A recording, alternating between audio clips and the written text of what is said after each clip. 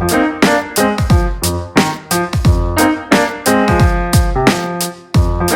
want to welcome you all to this very first Level Playing Field webinar. The voice you can hear is my name is Liam Bird. I'm the fan liaison officer here at Level Playing Field, and we are currently in a period of the unknown. Never in our lifetimes have we ever faced a situation that we all find ourselves in. So the opportunity to get together like this, sadly virtually, is one that I'm happy that we can all do. To do this, sorry, I lost my train of thought there. So we're all here because we all love sport and we all have the same goal, and that's to return to stadiums and watch our beloved team. To achieve that, things will have to change the way that we usually go about enjoying live sport. And in this webinar, I hope we can give a general overview of what these changes might look like.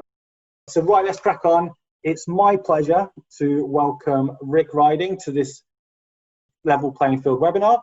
Rick is an inspector at the Sports Ground Safety Authority and is their access lead. So I'm going to hush now and hand over to Rick to take over. Thank you, Rick.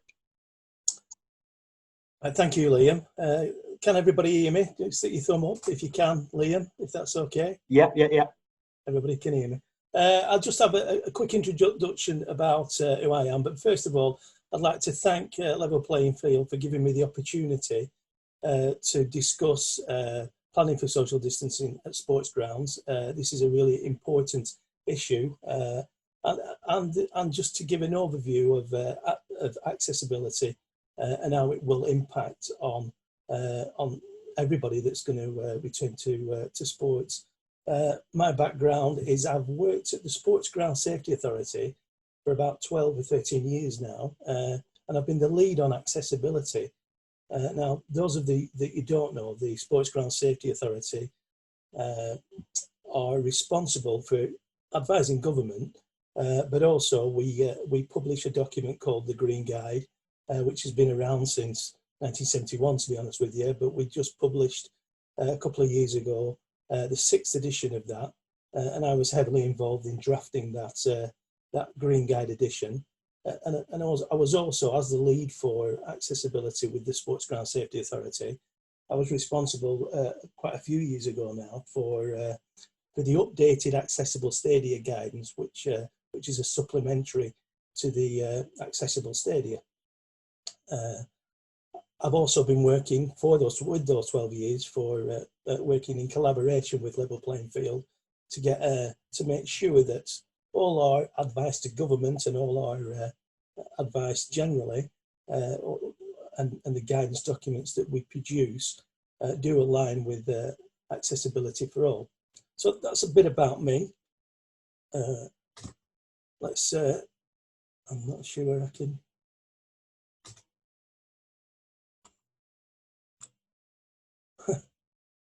All right, there you go. Technology has worked. So really, for the next 10-15 minutes, because I want to really spend some time trying to answer questions that you might throw at me. I've already got a few questions, which I'll try and summarise at the end of the presentation.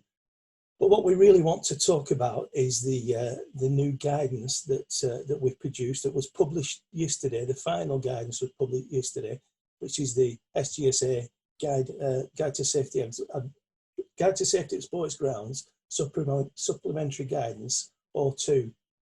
So we know that as SGO2 now, and it is about how we're going to progress to ensure that all spectators are back into the stadium safely.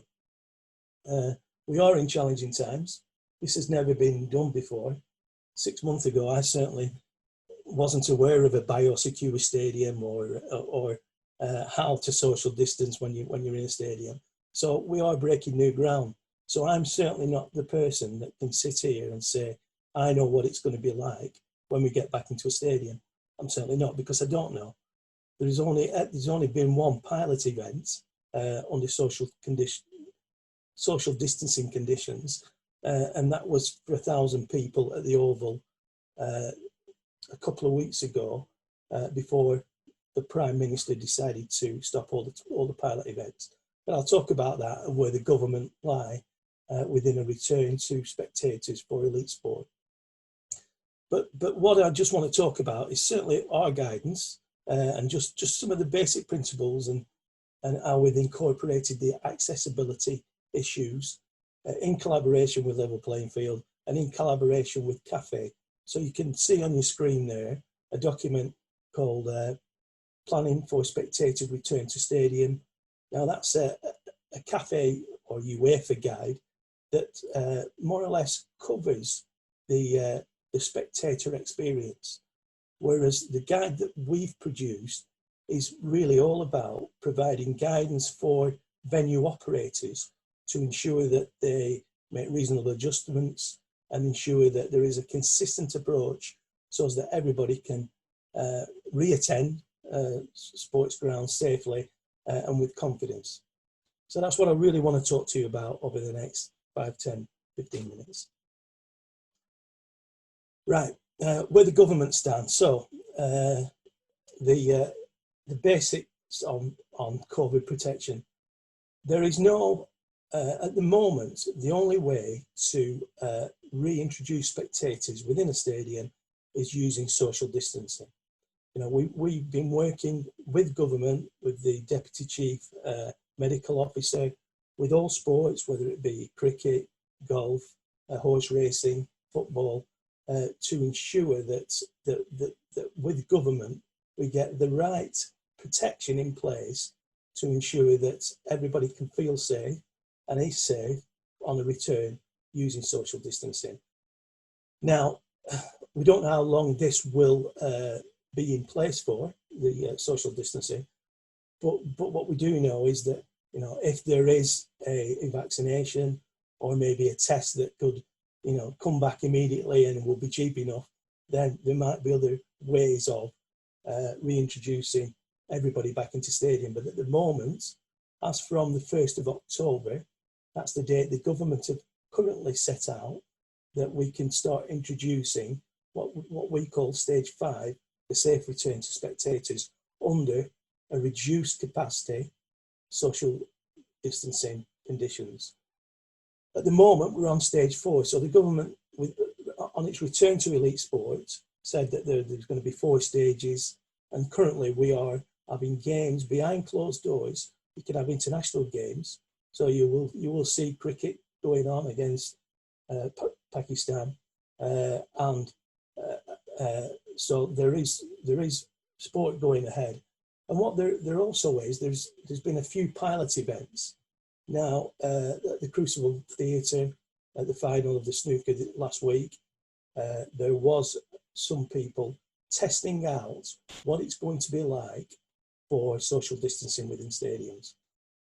They have been curtailed at the moment because of a worry from government, but they are going to be reintroduced. So there will be, between now and the 1st of October, some advertised pilot events with reduced capacities so that people can experience it, and so we can learn what the parameters will be and what processes and procedures are needed to ensure that everybody feels safe. So and what we do need for those pilot events, so if you hear about them in the press, whether it be football or cricket or anything like that, we do need a cross section of everybody so that we can really understand the true perspective of all people that want to see and visit live sporting events. Just remember though, at the moment, social distancing is 2 meters. This guidance looks at 1 meter social distancing, but with quite a bit of mitigation. So within the guidance, we have 2 methodologies, and I'm not going into much detail about how you measure those methodologies, but certainly in the UK, we're looking at method 1, where it's about 1 meter from the centre of my head to the centre of somebody else's head, and that will be the social distance that we're looking at within seating areas, ingress and egress, and throughout the stadium. So there's no assumption that any ground will be able to admit spectators. There is going to be a process to go through, and that process has been regionally based for years, and it's based around a safety certification system. So the local authority will go through all the procedures that the management are going to put in place, determine a safe capacity, which generally overall we'll be looking at probably about 30% of the maximum capacity, so that social distancing during the ingress, the egress, circulation can be determined. Now, each local authority will issue that certificate, and based on that safe capacity, only when they are satisfied and been assured that the management can operate that safely. And what we are saying within the guidance, that none of those plans, so there will be overlays, and I'll explain a bit about those overlays, maybe on your ingress and all those regimes that we might put in place. They must not impact on the movement of disabled spectators. We have a section in the guidance, and that guidance is free to download, so it might be worth you downloading it. And we've tried to combine all the accessibility issues on 3.18 within that guidance, so that the stadium operators can really understand and sometimes have to make reasonable adjustments to accommodate everybody within the stadium.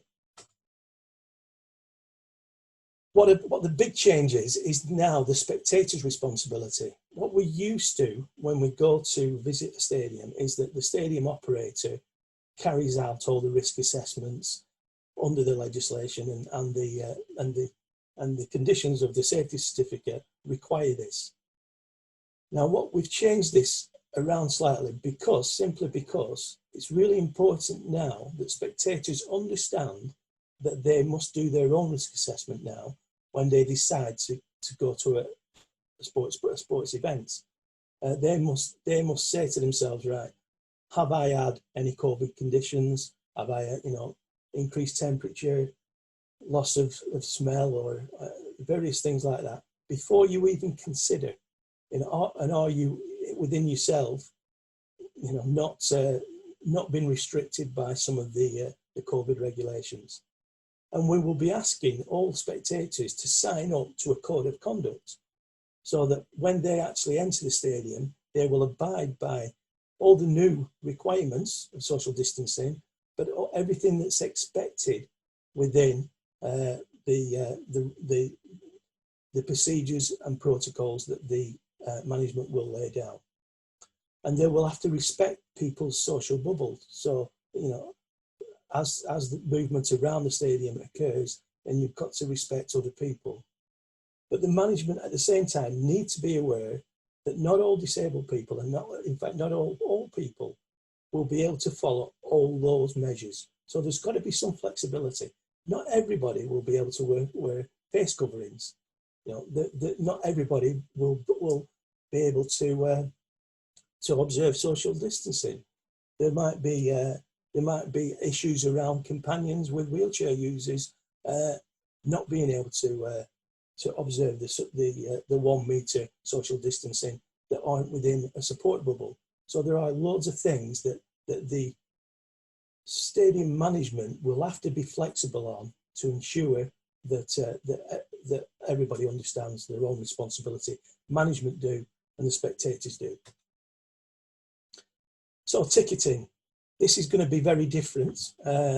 Ticketing, all the information needs to be at the point of sale about how everybody is going to have to embrace the new overlay or the new conditions that are going to be apparent within the stadium. So things like the picture on your right is that's a temperature, that takes 10 people's temperature as they walk through, and that's from Old Trafford. Now, certain people with head injuries might not be able to walk through this type of system. So it's really important that there's two-way communication at the point of sale of tickets, and people will say, I won't be able to take I won't be able to go through a temperature tent or something like that. And there might be things like where you've got blind or partially sighted people, then they might not want to attend with a companion or a dog or something like that.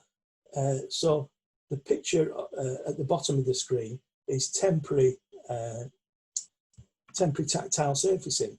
Now that might be a reasonable adjustment, but the only way that the stadiums are going to be able to understand what reasonable adjustments are going to be needed for everybody to attend the stadium, is two-way communication. When you purchase your ticket, if that's something that you require or need, temporary tactile servicing, or then please ask for it.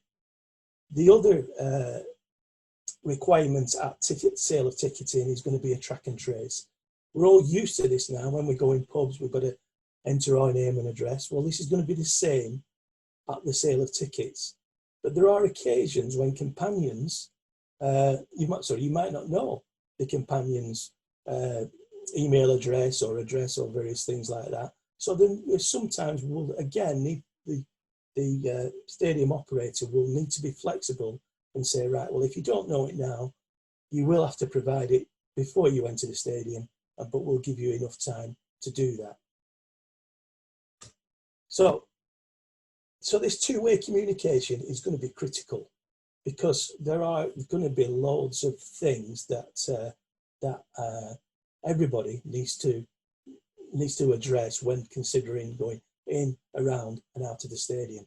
So before the event, if all the communication is done via the web, then the World Wide Web Consortium guidelines must be used by the stadium operators.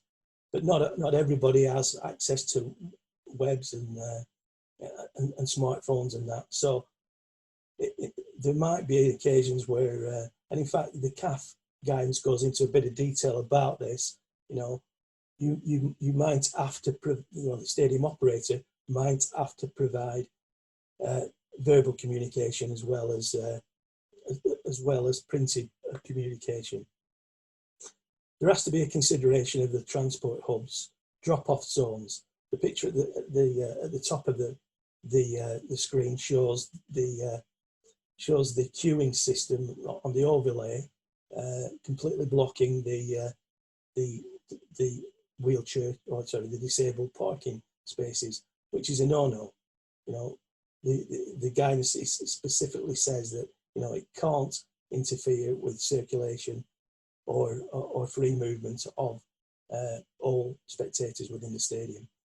I've mentioned about on arrival there could be temperature checks, so there needs to be two-way communication. Circulation throughout, there will tend to be, on 99.9% of stadiums, a one-way system. So don't expect, to be, if you're used to going to a stadium and you're used to going in by a specific way and out by a specific way, that may all change. So it's really important that stewards communicate this, and stewards, we're advising that if stewards need to communicate to everybody, that some of them, certainly with disabled spectators, might need clear visors, which you'll see on the picture below, rather than face coverings. All the amenities within the stadium will need to be adapted to ensure that it is accessible for all. However, many stadiums now are looking at how they're going to socially distance the amenities, and are actually going to take the concourses out of use except for the sanitary accommodations. So there will be no concessions open. Now this will be communicated, because then you would need to fetch your own food and beverages into the stadium. So that might change. Some will be open because there is probably enough circulation space within the concourses, but many won't be because there just isn't enough room. Your exiting times. You might be asked to exit in stages, in stands. So just think about and be resilient in respecting the provisions that the the stadium are going to put in place to ensure that everybody can exit safely, all at the same time, but still allow for social distancing. During the event, there's got to be good communication throughout. The information on the PA system, giant screens, needs to be accessible to all.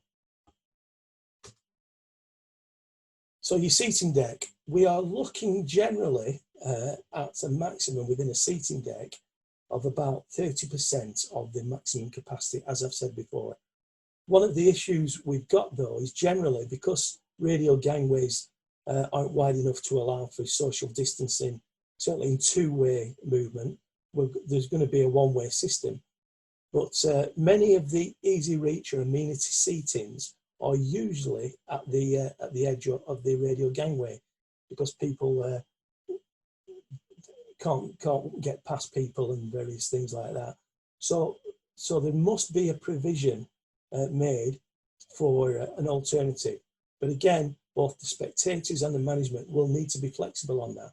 So, if you can't provide amenity seating right at the edge of a row, the spectators need to have an understanding. Well, this is difficult. We might have to go in different places. I would expect the seating provision to maintain social distancing within wheelchair accommodation to be about 50%. So there'll be so there's obviously got to be a consideration that there won't be as many wheelchair spaces as there would normally be. Circulation, as I've already mentioned, there's going to be one-way systems, but what we've got to do, we've got to make sure that all those one-way systems don't impede the circulation for disabled people unless there is mitigation measures in place. Also, if there's vertical circulation, then if wheelchair users are certainly in lifts, then they must be able to not separated from the companions. There is a section within the SGO2 2.10 that looks at further requirements for the sports that have, let's say, a more transient viewing accommodation. So horse racing, golf, and various things like that. Where at horse racing you might need to look at movement from the parade ring to the race course to the betting booths. So all that has to be taken into consideration when setting the safe capacity and setting your one-way systems and your movement within the stadium. The Racecourse Association have provided, I've just seen the draft guidance, which includes guidance around that. So if you're going to go to one of the events that isn't within a typical stadium, let's say, you're golfing, then please try and get the guidance from the sports governing body on that.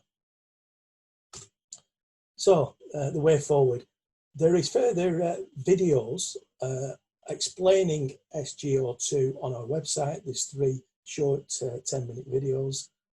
We are doing a webinar on the 9th and the 11th of September. There are already 400 people signed up to those webinars. They're likely to be about an hour and a half. If you look on our website over the next few days, you'll see what the timings are for those. So please, if you're interested in this, please register for those. We will do specific training if it's needed, if asked for, but all our information is available on our SGSA website if you want any further details. So that concludes my talk around, I hope I've covered some of the aspects. I'll try and stop sharing now, and then I'll just go through, I haven't got the questions up actually, because I've got the screen. I think one of the questions I got sent to me was around shielding. So one of the questions was around, would people that are under shielding conditions at the moment being excluded from on the 1st of October going to an event? what I would say to you is that you need to, at the time, look at the government's guidelines on that. Currently, shielded people are allowed to go to work, but must work at home if they possibly can do. But they're allowed to visit pubs and businesses. So I would say there won't be at the moment, but I would take further advice on that. And at that time, because we're going to be another month off yet before we allow spectators in, look on the government websites, look on the guidance, which they are continually updating on shielding, and take advice on that. What it does say on that advice is your interaction with members of the public should be low. I'm not sure that going to a stadium would class as interaction of being low, but take advice. Hi there, Rick. So we've got a few coming in through the chat section, and so I'll encourage people to continue to use the Q&A section to ask questions. But one of the questions asked was, is the guidance based on the 1 metre rule plus? Does this guidance comply with Wales as well? Because there's some supporters, obviously, from Welsh clubs. Yes, right. Sorry, I've lost the screen. Simply trying to get rid of my presentation. Right.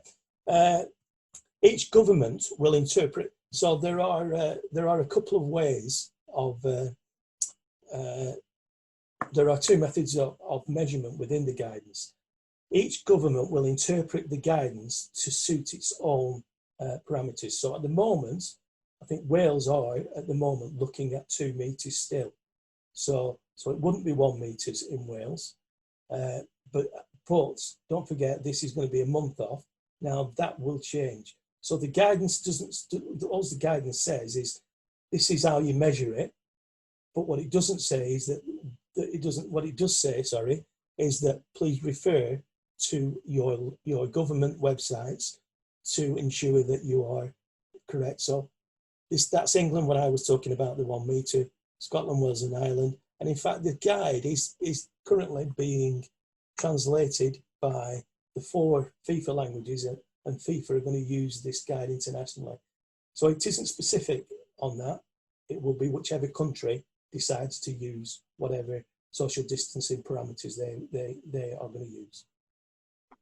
So we've got a couple more questions that I'm gonna ask out. One that was emailed into me was regarding masks, and if reopening, if the need to wear the mask is not mandatory from government, would you recommend that clubs recommend masks?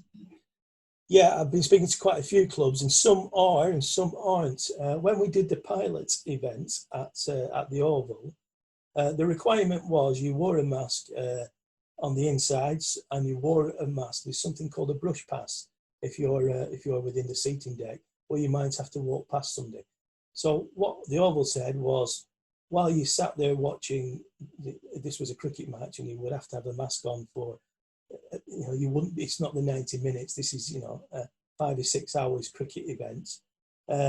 Then they didn't ask for the masks. So it will be down to the club. It will be down to their policy.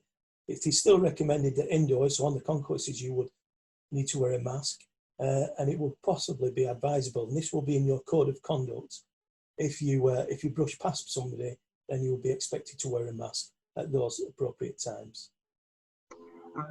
We've got one here from a supporter asking, visiting away fans. Is there any guidance on the possibility of away fans attending games? Again, this hasn't been. This is still to be decided by the EFL and the Premier League, but it is likely because this will take a change in regulations. So this will have to go to the EFL and the Premier League boards. So that's why it's not been decided yet. But the likely outcome is that it will be down to the clubs to determine whether they want away spectators or don't want away spectators.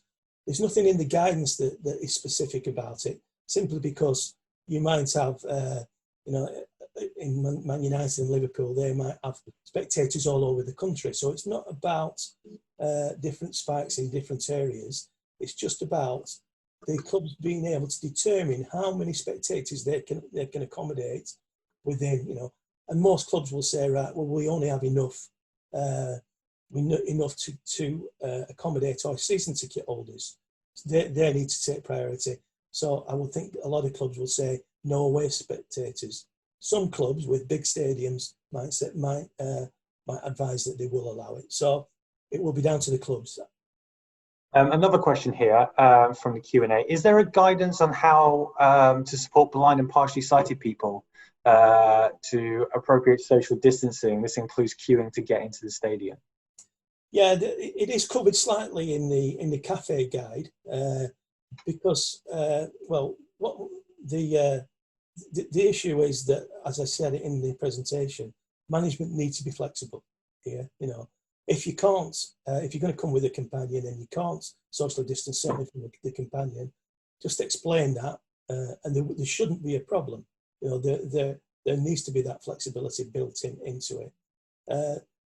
That will be the same as I mentioned about partially sighted people, blind and partially sighted people. Clubs need to make reasonable adjustments, and that is not physical reasonable adjustments. That might be reasonable adjustments to their protocols and procedures. There's a question here that's come in that's asked, will there be anything placed like sunflower lanyards to identify supporters that cannot wear masks? Not that I've heard of, but that's an excellent idea. Again, if you propose that to your club and suggest it, I'm sure they would add that as one of their policies. It's an excellent idea. So continue please to keep asking the Q&A, the questions. There's loads coming in and I'm not sure we're going to be able to answer them all, but any that we don't answer, we will follow up every single one of them. So don't worry if your question doesn't get fully answered.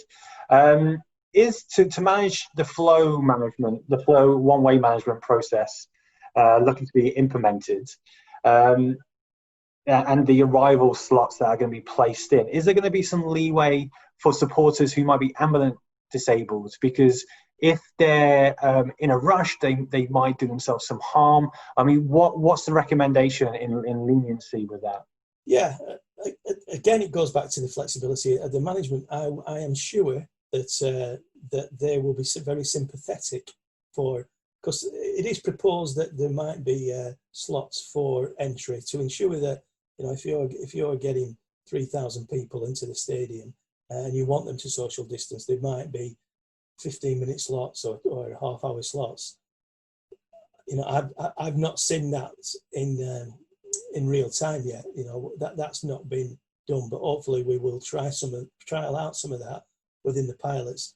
But I'm sure stadiums will be sympathetic for those. You know, there will only be a few where people go over the time or something.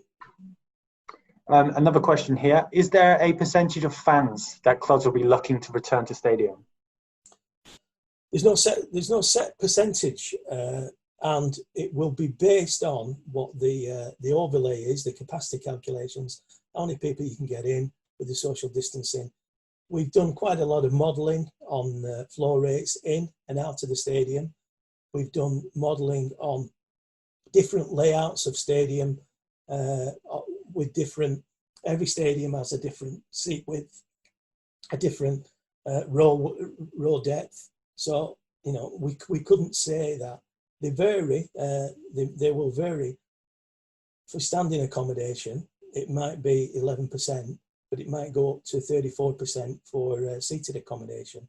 So it would be completely dependent on the ticketing and how some clubs are using algorithms to ensure that each seat has a 1 metre bubble around it, or in Wales it would be a 2 metre bubble around it, and how that algorithm within the seating deck is played out. Every match might be different because you can visit a stadium within a social bubble. So you can visit a stadium with up to 6 of your own family. And then it goes into explaining, as does the government website, about what the difference is between a social bubble, a support bubble. So again, for the buying of tickets, you could buy for 2 or 3 people at a time. So it could be 1s, 2s, 3s, 4s, 5s, and they will change between every game. Never mind between every stadium. So no, the simple answer is no.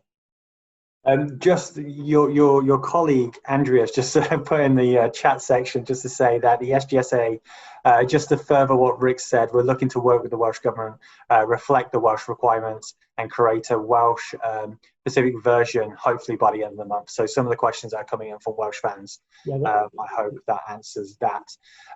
Going back to another question, what is the guidance on disabled toilets or accessible bathrooms? Well, there will be no change for accessible toilets.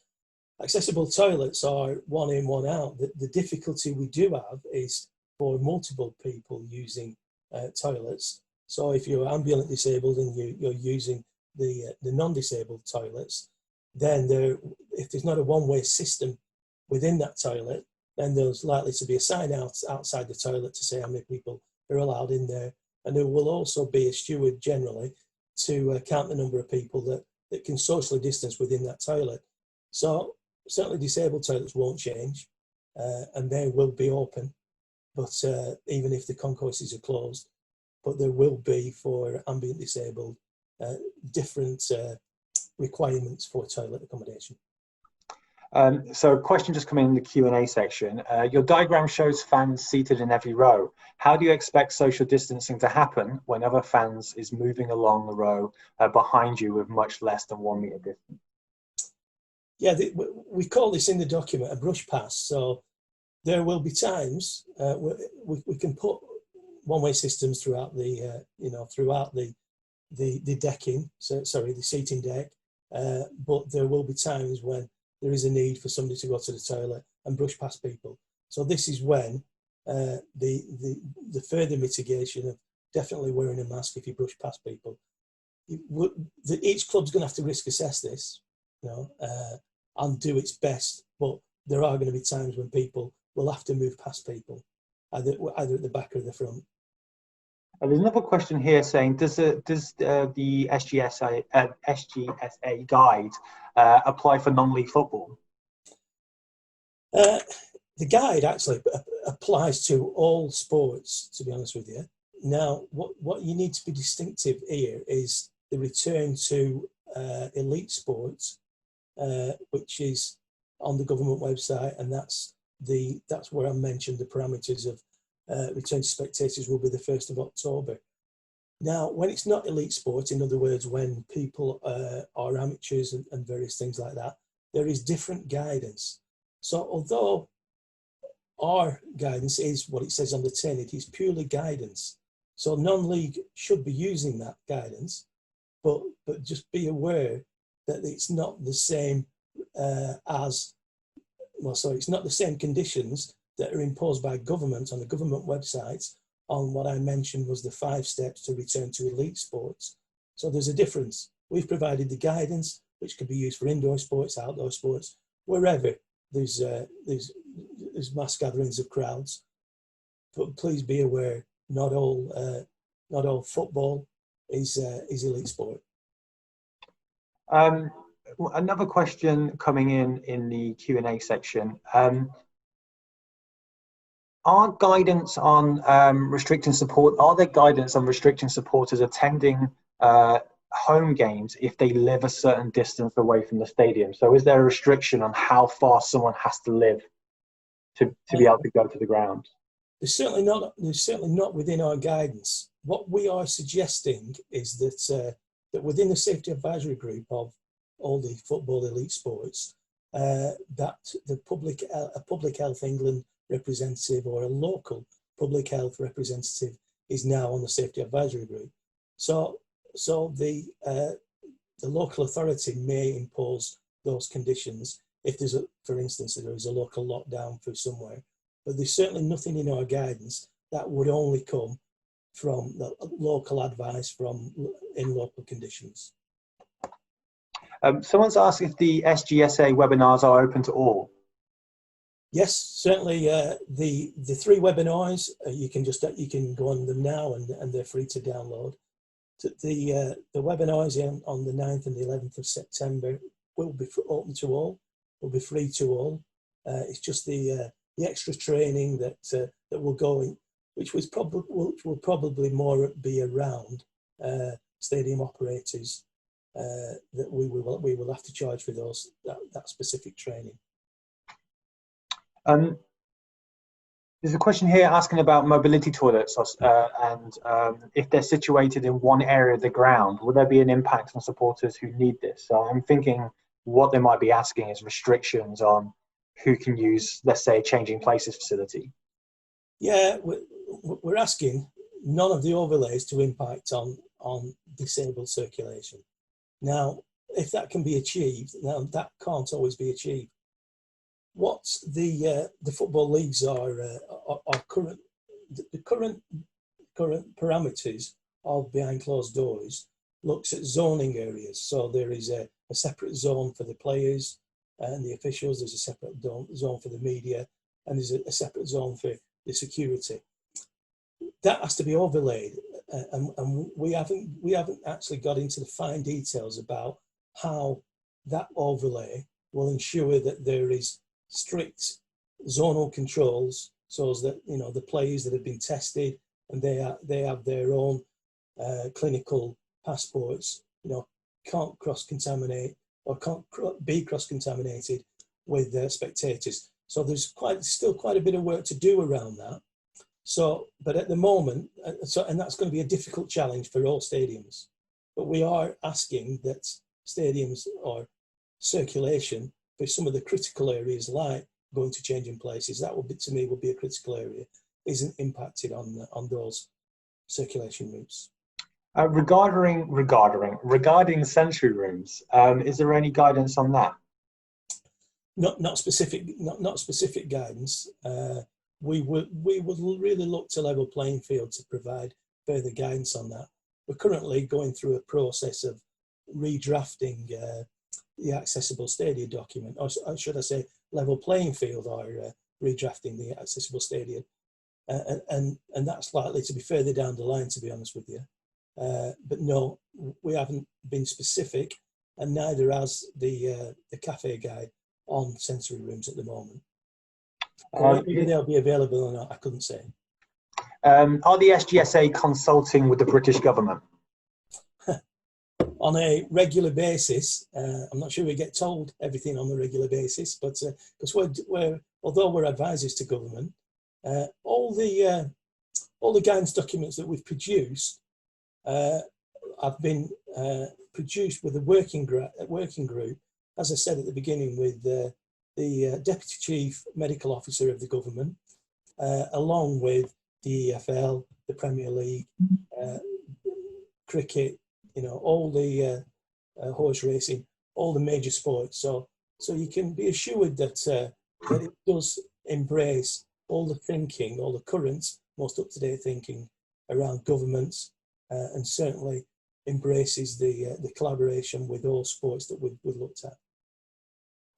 We've got a couple more questions. Keep them coming in. We've got another 15 minutes. If we run out of questions, we'll happily wrap this up early. So there's a question here from a supporter who is concerned about taking in bags into stadiums, with some stadiums having bag restrictions. Their concern is that some disabled supporters are required to take in fluids or medical equipment. Now with COVID, having to take in probably more precautionary things into a ground. Is there any guidance on clubs with bags and sizes or anything like that? Not specifically. However, the stadium operators are going to have to adapt to this, because many stadiums won't be serving food and beverages simply because of the restrictions on the concourse. So people will have to be able to fetch in their own food and beverages. So things like that, and certainly they will be flexible, because we're asking stadiums to be flexible about things like that. But as I said within the presentation, it's really important that the clubs understand, or the venue operators understand, at the point of sale, what the requirements or the needs of all spectators are, you know, so that the clubs can address any reasonable expectations or reasonable adjustments that they may need to put in place that isn't already there. This is the last question I've got, unless someone starts flooding in the questions. If we have staggering times to enter and leave the ground, those who use public transport or have transport booked at the end, can they leave before maybe the people who are parked inside the ground? Again, it is something that you would need to speak to the stadium operator for. You know, I'm sure they will be able to put in place assistance for that, or support to ensure that certain old people can meet their transport hubs. But there has to be a two-way thing here, because, you know, I think everybody has to be patient. We've all been in supermarkets and queued up and various things like that, you know, and maybe missed our transport through that. So, you know, it is a two-way thing.